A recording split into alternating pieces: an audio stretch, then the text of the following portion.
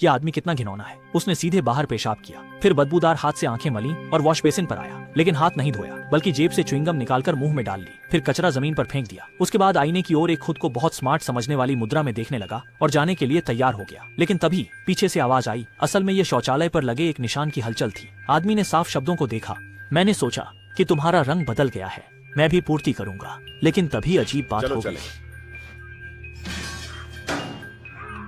चेतावनी संकेत अचानक लाल रंग में बदल गया। आदमी कुछ डर गया। वह बाहर निकलना चाहता था, लेकिन दरवाजा बंद हो गया और रोशनी लगातार चमकने लगी। टॉयलेट पेपर रिसाइकल आउटलेट बंद हो गया और रोशनी पूरी तरह बुझ गई। धुंधली रोशनी को देखकर आदमी पूरी तरह से घबरा गया। इसी समय पीछे से अचानक फ्लशिंग की आवाज आई। मुड़कर देखा तो पानी लगातार बाहर की ओर बह रहा था। स्विच भी काम नहीं कर रहा था। वह मदद के लिए पुकारा, लेकिन कोई जवाब नहीं मिला। इस तरह वह श्याम और श्वेत की जगह में फंस गया। इस समय पानी उसके पैरों तक पहुंच गया था। डूबने के डर से आदमी को केवल कपड़े उतारकर शौचालय के पानी को रोकना पड़ा। इसी समय उसने दीवार पर लिखे शब्दों को देखा जो उसे सफाई करने के लिए कह रहे थे। अचानक कि आदमी कितना घिनौना है। उसने सीधे बाहर पेशाब किया, फिर बदबूदार हाथ से आंखें मली और वॉश बेसिन पर आया, लेकिन हाथ नहीं धोया बल्कि जेब से च्युइंगम निकालकर मुंह में डाल ली, फिर कचरा जमीन पर फेंक दिया। उसके बाद आईने की ओर एक खुद को बहुत स्मार्ट समझने वाली मुद्रा में देखने लगा और जाने के लिए तैयार हो गया। लेकिन तभी पीछे से आवाज आई। असल में ये शौचालय पर लगे एक निशान की हलचल थी। आदमी ने साफ शब्दों को देखा, मैंने सोचा कि तुम्हारा रंग बदल गया है, मैं भी पूर्ति करूंगा। लेकिन तभी अजीब बात हो गई।